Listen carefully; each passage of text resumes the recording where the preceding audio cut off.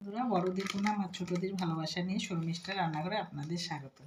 আমি আজকে এই ভাত দিয়ে লেডিগিন্নি করবো। এই ভাতটা আমি গরম ভাতই নিয়েছি ঠান্ডা করে, এটাকে আমি দুধ দিয়ে পেস্টটা করেছি। এই সুজিটা নিয়েছি, এই সুজিটা আমি ঘি দিয়ে কড়াইতে 1 কাপ মতো দেব। কড়াইটা গরম হয়ে গেছে, এতে ঘিটা দিয়ে দেবো।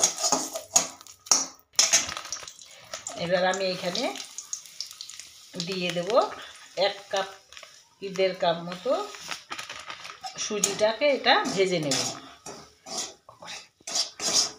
এই দেখুন বন্ধুরা, এইটার মধ্যে আমি সুজিটা দিয়ে দিলাম। অল্প অল্প করে দেব, যতটা লাগবে দেব আমি। এইবার এটাকে অল্প অল্প করে সুজি দেব যতটা লাগবে পরিমাণ। আর এখানে আমুলের প্যাকেট নিয়েছি 2 প্যাকেট, 5 টাকা দাম এগুলো।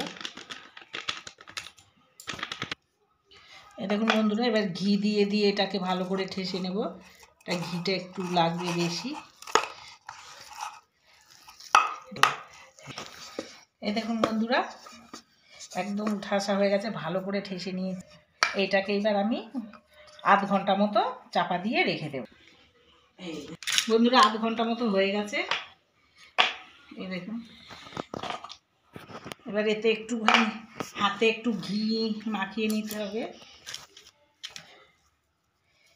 যে যেরকম সাইজের ইচ্ছা সেরকম করে সাইজ করে, যে হাতের সাইজে এরকম করে সবগুলো আমি করে নেব। এবং বন্ধুরা, এখানে আমি 500 চিনি নিয়েছি, আর 250 মতো আমি জল দিয়ে দেবো। রসটা আমি করে নেব। বন্ধুরা, রসটা হয়ে গেছে, আমি নামিয়ে নেব। কড়াই তেলটা দিয়ে দিয়েছি, তেলটা গরম করে নেব। দেখুন তেলটা গরম হয়ে গেছে, আস্তে আস্তে আমি তেলে ছেড়ে দেবো। খুব গরম করব না, হালকা গরমে দেব। এটা আস্তে আস্তে ধিমে আঁচে ভাজতে হবে। এইগুলোকে আমি তেলে লাল লাল করে উল্টে পাল্টে ভেজে নেব। এই দেখুন বন্ধুরা, আমি ভেজে নিয়েছি লাল লাল করে, এরকম করে সবগুলো ভেজে নেব। রসে আমি চুবিয়ে দেব, সবগুলো করে নেব।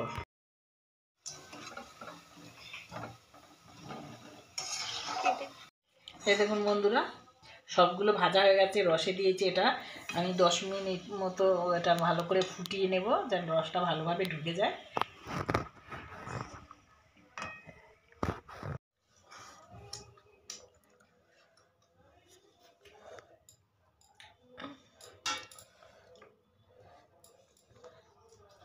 এই দেখুন বন্ধুরা, গোলাপ জামুনগুলো করেছি, সুন্দর হয়েছে। বন্ধুরা, লেডিগিনিটা একদম রেডি।